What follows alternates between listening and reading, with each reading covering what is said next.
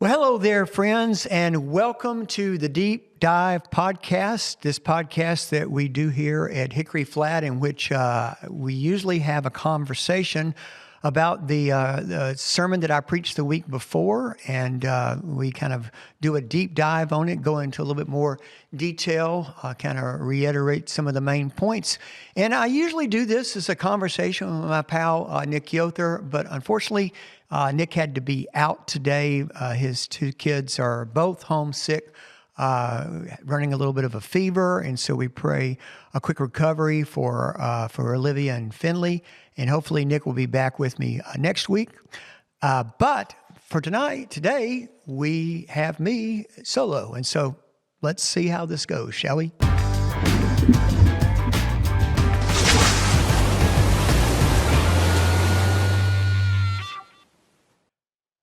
All right, so hope you had a great Thanksgiving. I did. And now we are in the month of December, and the days are rushing towards Christmas, and there's a lot of things to do, right? A lot of parties to go to, a lot of things to plan, gifts to buy, all sorts of church activities, those kinds of things. But I want to remind you that we are in the church calendar in the season of Advent.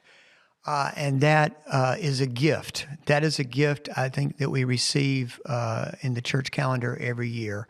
That in this season when everyone else and all commercials and everything around us seems to be rushing towards Christmas, that we are called to sort of step back and to take a breath and to live into these days with a mindfulness of God's love, God's joy, God's peace, God's promise to us. And so as we're walking through this season of Advent towards Christmas, here in the church, here at Hickory Flat, this year I am doing a message series called Promise in the Waiting. Promise in the Waiting. And what it is, it's a reflection on several passages from the book of Isaiah, a prophet in the Old Testament, who wrote with some very powerful images, images that spoke to the people of Israel at the time that he was writing. But I think they also speak to us, particularly, I feel like, in these days that we're in, when we can become very weary with just the weight of the world that's around us. And so, some of those images, we'll talk in just a second about the shoot that comes out of the stump of Jesse. He talked about a wolf lying down with the lion and living at peace with the lion, which is a great symbol of peace. A couple of weeks we'll be talking about a crocus that's growing forth in the desert. These beautiful flowers springing forth from the desert. That's a powerful image of joy.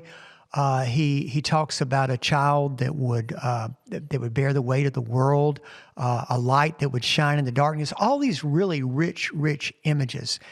And so on Sunday we did start with this passage from Isaiah. I read from Isaiah chapter 11, verse 1 through 11. If you haven't had a chance to see this sermon, I do invite you to go wherever you watch it, whether it's on Facebook or YouTube or our church website, and just because it's that entire passage has a lot to say and a lot to speak to us. But I just want to focus this morning on this one verse. It's from 11:1, and he writes, "A shoot will come up from the stump of Jesse. From his roots a branch will bear fruit." So what is that about? What is that about? Well, the people that he was writing to, those original hearers, would have known and I think identified with it readily. It was a dark time for Israel. There was a lot of political chaos, a lot of corrupt kings that they had for the last several years. That the people had largely fallen away from their religious practices and following God.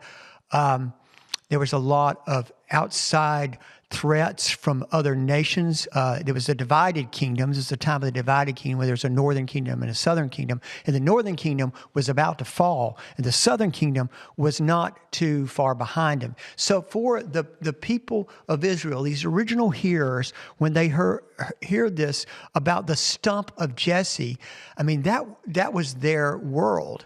You know, their great king, David, who was Jesse's son, you know, they would have got that image that had been cut down. And so their whole lives at that time probably felt like a forest where all the trees had been falling down. And so Isaiah steps out into this world, and he focuses not on the stump, but on this little shoot that is growing from that branch that he said will bear fruit. And so that is such a message of hope. Sometimes hard to see, you know, sometimes hard to imagine, but this sign of life that was coming forth. You know, I'm not much of a gardener, but a couple of years ago, I did try to plant a garden, a winter garden, and that takes kind of an act of faith, because you get out there and it's cold and the ground is hard, and you're planting these little seeds, these little bitty seeds into this hard ground, and then the days get colder and shorter, and it's hard to imagine or to believe that there's life going on. That somewhere beneath the surface, something is happening. And I think that image, I think that's what Isaiah is pointing to, you know, because so often our lives can feel like, you know, stumps. We feel like we've been cut down. And I don't know what might feel cut down for you in your lives in this season that we're going through. You know, maybe it's like a relationship that feels like it's been cut down or cut off. Maybe it's your energy or your mental health or your physical health. Maybe it's a dream that you had. Maybe you had some real dreams and goals for this year, and now we're in these cold days and, you know, it doesn't look like it's going to happen. You know, maybe it's grief of losing someone that you loved. Maybe it's these tough economic times, you know, going through some real difficulty there. Maybe it's just the daily weight of watching the news, you know, in this world that feels divided and angry, and it's just exhausting, right? And so how do we find hope? How do we look for the shoot that's coming forth from that stump? How do we do that? And so on Sunday, I talked about three things that I think we can take from this passage of Isaiah. And the first one was simply this: to look for sprouts, not forest. Look for sprouts, not forest. You know, we go out into what used to be a forest, and now it's just all stumps. It's for, you know, well, you know, what's the use? And so we want to immediately have the big win, you know, we want to walk out into a lush forest. But it doesn't happen like that. You know, it happens sort of one day at a time, one day of small growth at a time. And so looking for sprouts, not forest. And one of the things that I talked about on Sunday was our friends in AA, people who are going through some sort of addiction recovery. And I'm reminded that those people, as they enter that program, they get their first coin or little metal or whatever. It comes chip. They get their first chip. It comes not after 10 years, you know, the big thing, 10 years of sobriety. No, they get it, the first one, after 24 hours. 24 hours. And I think those people in AA and other programs like that realize, you know, that it's one day at a time, one little success at a time. You know, it's one it's one day of sobriety. It's one conversation. It's one prayer. It's one day at a time. And so rather than looking for, oh, it's the big win, it's 10 years, or we got the huge forest, or whatever it might be, it's not going to happen overnight. But yet, if we're intent on looking for God at work, we can see that sometimes beneath the surface, beneath the underground, God is at work. God is at work. And so if we're mindful to look out, we are looking for sprouts, not, completely grown forest. So that was kind of the first point that I got from Isaiah. The second point that I focused on was to not confuse cut down with finished. Not cut down with finished. Yes. There was a stump of Jesse that had been cut down, but it was not finished. God was still at work. Because, in the city of David, from the lineage of David, from that stump was going to come forth the Messiah and the Christ child. And so, if we confuse cut down with finished, there's no wonder that we lose hope. And so, even though something may look like it's finished, oftentimes it's not. God is just working in a new way. And I told the story of a friend, some friends that I know from another church who their marriage felt cut down. They were two people that were active in the church and known by church members. And, sometimes what you see in church is not what's happening, at home. And so they had reached a point in their marriage where they just had felt like there was nothing else they could do and they needed to get a divorce. And so they had come to me to tell me this. And I, like any pastor would have done, asked them if they had been to counseling, which they had not at that time. They didn't really see any use in it. And I just encouraged them, just go once, just go one time. And so they agreed to, and quite frankly, they would say that they just looked at it as like, we need to check that off the list so that we can say that we tried. And so they did go. And so, nothing changed overnight, going back to my first point about sprouts, not forests, but they did go.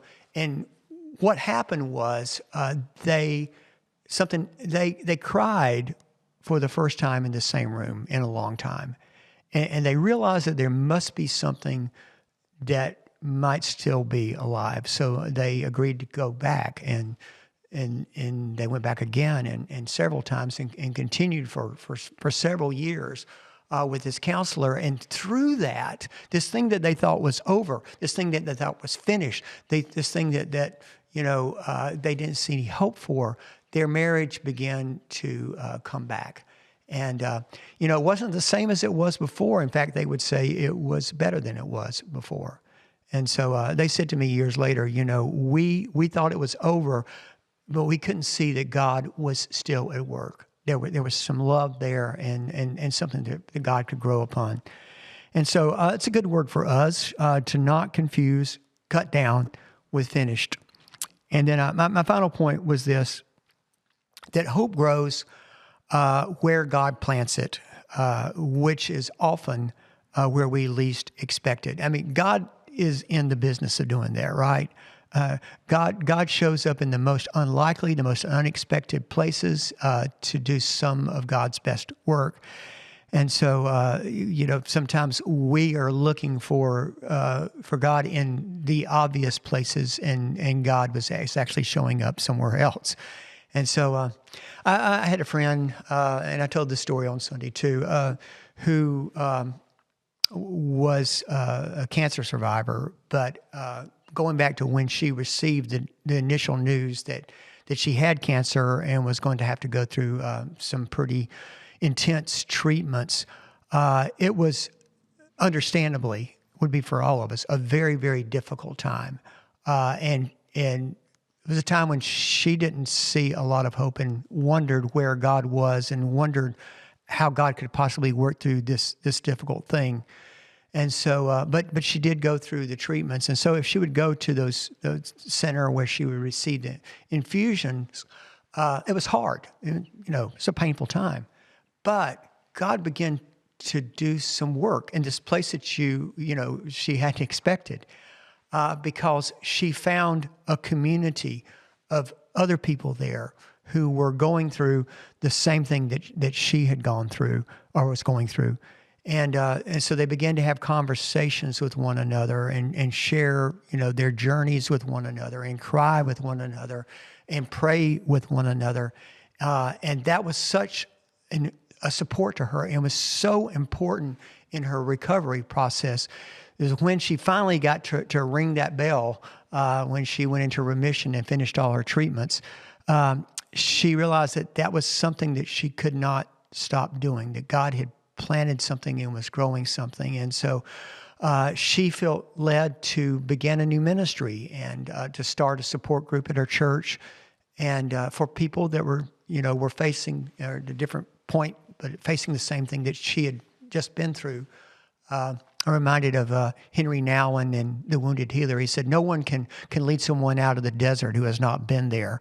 And so as much as those of us who have not had to go through that, we can empathize for sure, and we can pray for sure, but we really don't know what it's like to walk in those steps.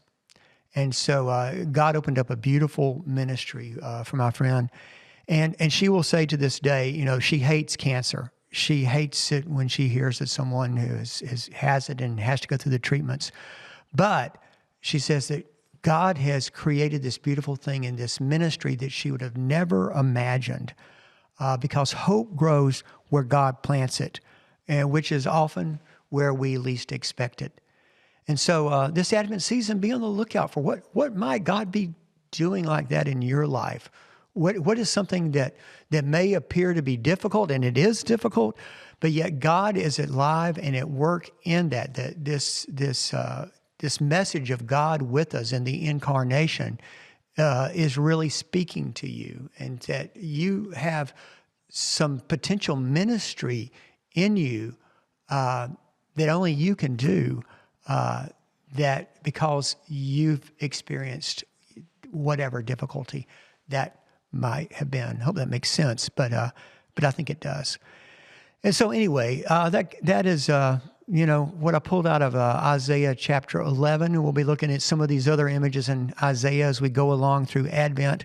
But my message for you is through these days to take those moments. I do hope we can find the time to experience Advent, and not just for that hour that we do it on Sunday mornings, but for some intentional time every week. I know that we've all got responsibilities and activities and things that call to us during this Christmas season, and it is a joyful and beautiful and happy season, but it also is a time of deep reflection. So God be with you through that, and I'll be back here next week, hopefully with my friend Nick, and we'll continue the deep dive as we continue to move through the month of December. So God bless you, and have a wonderful day.